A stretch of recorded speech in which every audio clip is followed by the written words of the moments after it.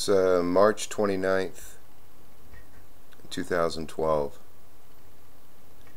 and I've been going over, a friend of mine came over and said he had a friend that wanted me to do her chart, and so I started lining it up and getting the ephemeris out, and it's fun. I pass the time with it, but a lot of the stuff, one of my main influences is Jeffrey Wolf Green, and I was thinking of him yesterday because I was listening to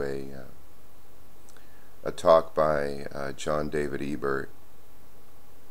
He's going over volume 2 now of Oswald Spengler's Decline of the West.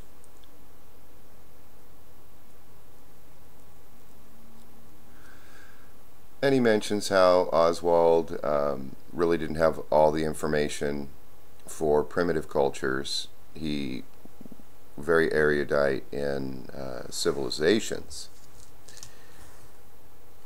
But he went over Joseph Campbell delineating two types of primitives societies: the hunter-gatherer, the hunter, and the agriculturalist. And it's some interesting ideas, but in relationship to Jeffrey Wolf Green, I was going over Green's two books I have here, Pluto Volume 1 and 2. Here's Volume 1.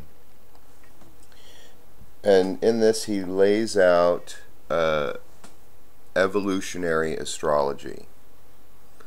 It's a completely new stance in relationship to astrology, so to say. It's his own perspective, and it's the integration of evolution into astrology.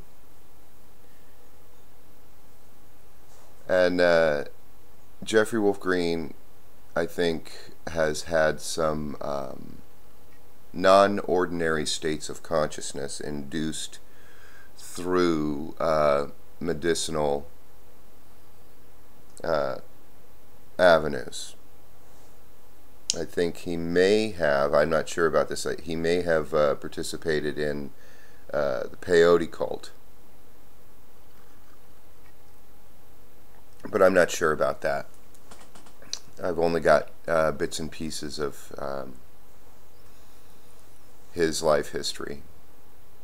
But as I read him, I had already read some of Jung at the time when I came into his work, and Carl Jung is a psychologist and influenced by Freud, and I'd gone over a little bit of Freud, and it seemed to me that he's a brilliant man, don't get me wrong, he's a brilliant man, but it seemed to me that astrology was something he was interested in, and was a big influence on him, and he was finding a vehicle in astrology to integrate the main psychological premises that Freud and Jung address. He's a professional counselor as well, and he has a counseling degree, and he makes very clear that he's had quite a few, in the thousands, clients. Now, I'm not a doctor, I'm not a counselor, I'm not any of these things, but I read these guys and gals, and I've got to integrate what they have to say, or throw it out, one or the other.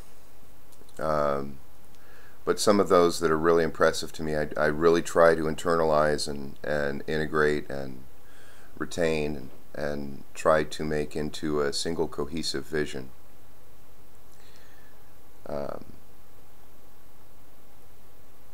And it seems to me the basic premise that Green is working out is a polarity. of limitlessness, that which is without limits, and that which is limited. And between these two there's a tension. And it reminded me of Joseph Campbell saying that at the metaphysical root of our being is a mystery.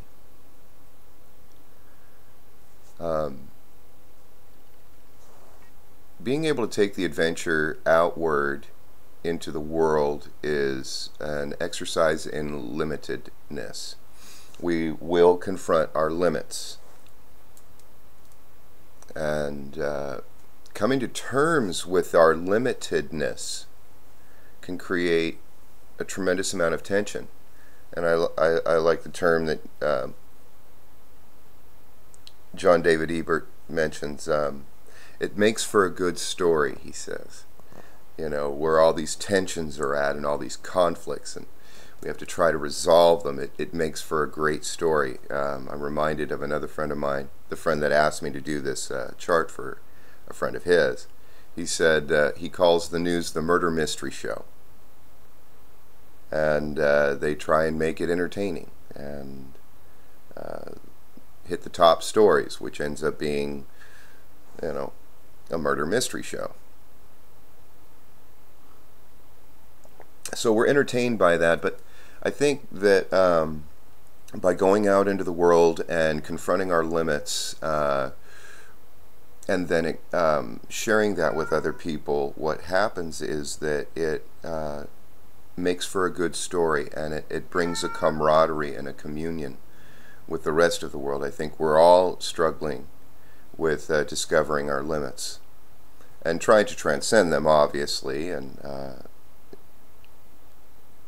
in the view of Green, as I take it, it seems as though what he's trying to say is that the source of our being is limitless, and we are seeking to extricate ourselves from all our limits. He calls them separating desires. He's influenced by Eastern thought. I think it's Vedantic astrology.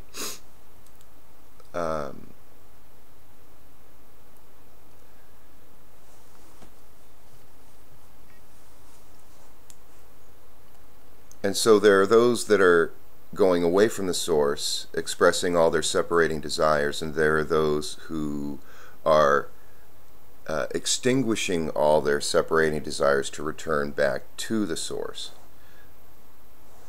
I had mentioned this at an open mic night one night, and I got everybody's attention. Everybody's like, "Whoa!" You know, It's very interesting to me that you can state the same thing in a different way, from a different perspective, and it brings realization, a greater view, a wider perspective. And even though you're saying the same thing as everybody else has said, and all the mystics, all the religions and everything, it needs to be new and different. It needs to be stated differently over and over and over, you know, for this spiral expanding perspective. It's ever expanding spirals.